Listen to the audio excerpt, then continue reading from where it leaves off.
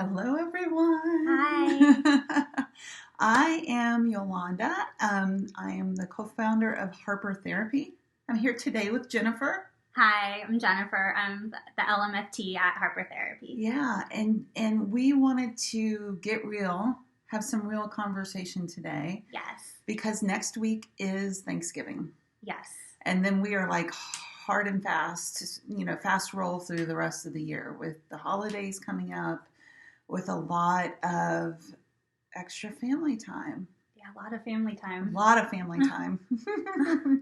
And, I think each year we have a hope that things will be like the, Hallmark cards or like, the movies on like Lifetime, yes. Hallmark, Up channel. Like the beautiful rendition of those movies. They're kind of getting more real over the years. Yeah, but I would agree with that. Yeah, each year we think, oh, this year's going to be different, and it's going to be peaceful, and everybody's going to get along with each other, and then the FOOBs show up. Yes. Yes, and so FOOB stands for Family of Origin BS, which we all have.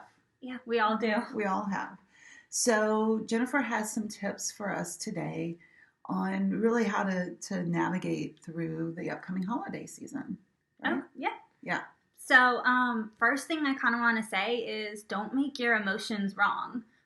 So many times people feel like they're supposed to be happy. They're not supposed to be upset or feel like frustrated. Or stressed out. Or stressed out. Like sometimes hanging out with your family can bring up all that BS. Yes. It can make you go back to that, the child of the family, the troublemaker, right.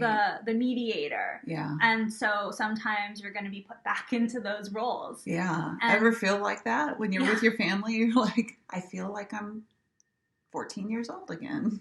I mean, I know being the youngest, I'm the baby of the family. Mm-hmm. So a lot of times my opinions aren't taken seriously. Mm-hmm. Yeah. So when the family all gets together. Yeah.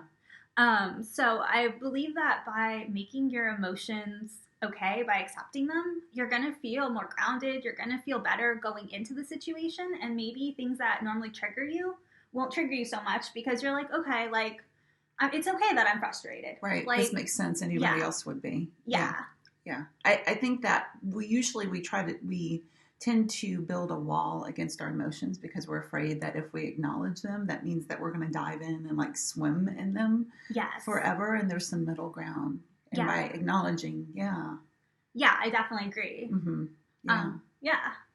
So the next tip I would have is mindfulness, self-care. Mm-hmm. Before you go see your family, do some mindfulness, do some self-care. That can look like something you enjoy doing. Maybe it's like watching your favorite TV show. Maybe it's listening to some music. Maybe it's using one of the iPhone apps like Calm to do some actual like meditation. Mm-hmm. That'll allow you to just feel more grounded, more calm. Like maybe I love to use numbers. Maybe instead of being at like 7 anxious, you'll be more at like a level 4. Well, and that's important to kind of, hey, it is. Thanks, Tiffany, for watching. It's an important conversation. And so I think that that's another part of it, like recognizing these are the situations that kind of have me at an 7, 8, 9, 10 on, a distress scale.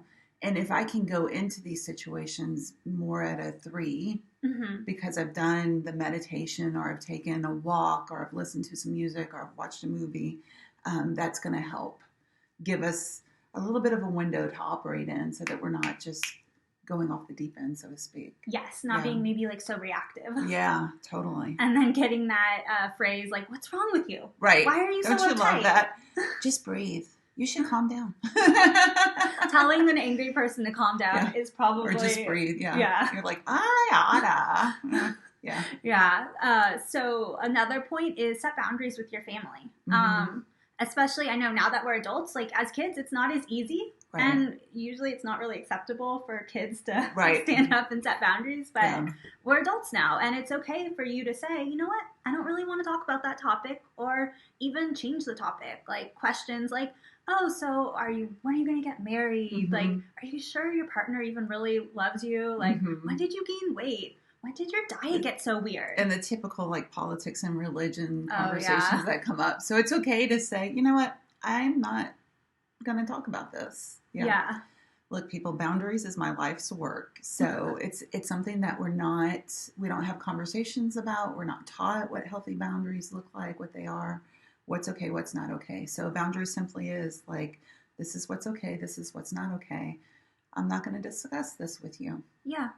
Perfect. And that's it. That's all you gotta do. Easier said than done, but I was gonna say it sounds so simple, but right? it's okay to do. Giving yourself permission. Mm-hmm. It is okay for you to say, "I don't want to talk about this." Yeah. And this is where therapy can be really helpful because we really need support in identifying our boundaries, and we also need support in carrying them out and really what that looks like in the real world. So that's something that we have conversations with clients about all the time. Yeah, I agree. Yeah. Boundary setting is an important part of therapy. Yeah. So another thing you can do is turn to your spouse, your partner, as a sense of support. Mm-hmm. If you're in a relationship, that can be a great person that you can talk to and let them know, hey, this is what's going on with me. This is what I'm worried might happen when we come to my family's Thanksgiving, Christmas dinner. And allow them to maybe hold your emotions for you, and you can do the same for them. The holidays can be stressful for both people, and both people might have their own foobs. Yeah. Oh yeah. And so also recognizing that if your partner is more agitated or annoyed, it may not have to do with something you're doing, and just being mindful that maybe they're dealing with their own holiday issues around, and their own foobs are kind of bubbling. Yeah, that's a good one. And if you don't have a partner, then find a good friend, a trusted friend or a relative. Yeah, there's some different options for support there. But definitely, if you're in a relationship, your partner, that's a way of deepening, opening up and sharing more intimately. This is what happens when I'm with my family. Yeah. This is how I feel. Yeah, exactly. And holding that space for each other, like you were saying. Yeah, definitely. Yeah, that's beautiful. What else? And so the last thing I'm saying is break the idea of the perfect family. The perfect family does not exist. Even those picture perfect Instagram families with their matching pajamas, which I'm actually always jealous of because I'm that's adorable. I got my cat little pajamas because I want that. But look, we were in the store the other day. I saw the matching pajamas and nobody else would want to wear them. So yeah, in my mind that's beautiful, and everybody else is like, that's dumb. Exactly. Probably why I'm trying to force my cat to wear them.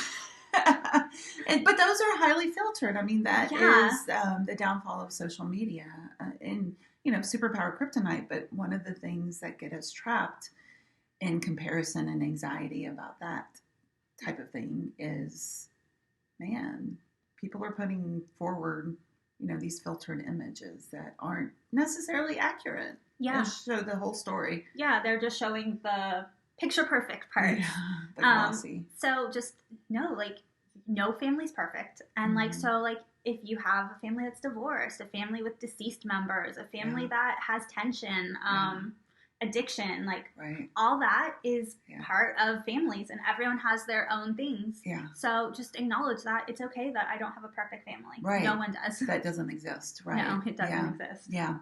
So if you would like some support as we're going into the holiday season, and who doesn't, honestly, then give us a call here at Harper Therapy, 813-434-3639. We would be happy to schedule a free consultation so that we can share with you how we can help you with your specific situation. Yeah. Take a deep breath, everyone. Enjoy. Set an intention to find some joy and take good care of yourself during this period of time. And we will talk to you soon. Have a good one, guys. Bye.